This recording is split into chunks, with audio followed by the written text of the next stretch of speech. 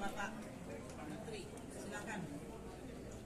Pak, dampak dari Simbara ini ke pertambangan sama ke penerimaan negara bagaimana Pak? Jadi penerimaan negara menurut saya sangat besar, tadi angkanya sudah disebutkan. Tapi yang paling lebih penting lagi bukan hanya penerimaan, tapi kita untuk masalah lingkungan, kita akan langsung juga kaitkan, dan kemudian masalah pekerja.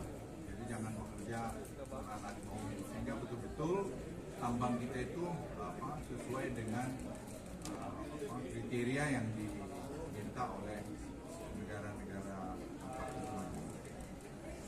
Mungkin untuk menjawab tadi yang telah dilaporkan oleh Pak Dirjen dengan adanya Simbara, itu dengan selain di atas penerimaan yang tadi disebutkan tahun 2022 adalah 183,5 triliun, itu untuk yang PNBP ya, bukan pajaknya, pajak masih sendiri.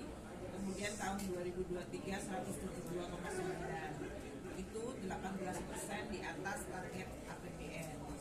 Untuk Simbara ini dengan diberlakukan di mana ada 50 dokumen sekarang bisa diintegrasikan 10 sistem menjadi satu sistem, dan kita bisa melakukan enforcement menjadi satu single data entry, maka kita bisa melakukan pencegahan terhadap illegal mining. Jadi illegal mining itu ada 3,47 triliun yang bisa dicegah melalui berbagai penambangan ilegal. Kemudian penerimaan negara tambahan dengan melakukan analisa data dan profil risiko dari pelakunya, itu bisa dicegah kebocoran 2,53 triliun. Dan kemudian untuk mereka yang memiliki piutang, artinya belum membayar kewajiban PNBP-nya, maka kita bisa melakukan satu blocking sistem bersama-sama sehingga tidak bisa lepas. Akhirnya mereka comply dengan membayar piutangnya tersebut sebelum mereka mengekspor batu baranya, yaitu 1,1 triliun. Ini hanya dari batu bara ya. Makanya kalau sekarang dengan nikel dan timah tadi yang disebutkan sebagai mineral yang nomor 1 dan nomor 2 terbesar di dunia, ini akan memberikan dampak yang tadi disebutkan Pak Luhut, ada potensi 10 triliun. Mungkin itu untuk menambah. Pak Luhut, untuk yang royalti, potensi royalti 5-10 triliun itu potensi royalti 5-10 triliun itu per apa ya Pak ya? Lalu itu apakah sudah total berarti dengan timah dan nikel? Lalu tadi Bapak juga menyebut soal family office ya.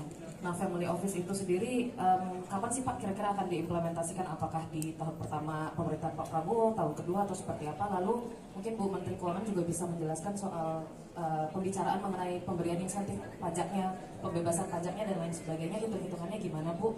Dan seperti apa kira-kira juga potensi mungkin loss ya yang bisa kita alami juga gitu kalau misalnya kita memberikan pembebasan pajak. Itu aja dulu, kasih. Ya, sekarang kita lagi finalisasikan karena kita belajar seperti saya katakan tadi dari Abu Dhabi dan dari Dubai. Karena kita kemarin sangat puas dengan INA, bentukan sovereign wealth fund. Kita kan juga kita diasistensi oleh Abu Dhabi.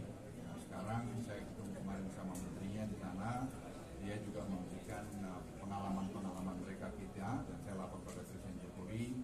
Beliau juga apresiasi untuk itu. Apa itu? Tadi sudah saya singgung masalah arbitrase misalnya, itu tidak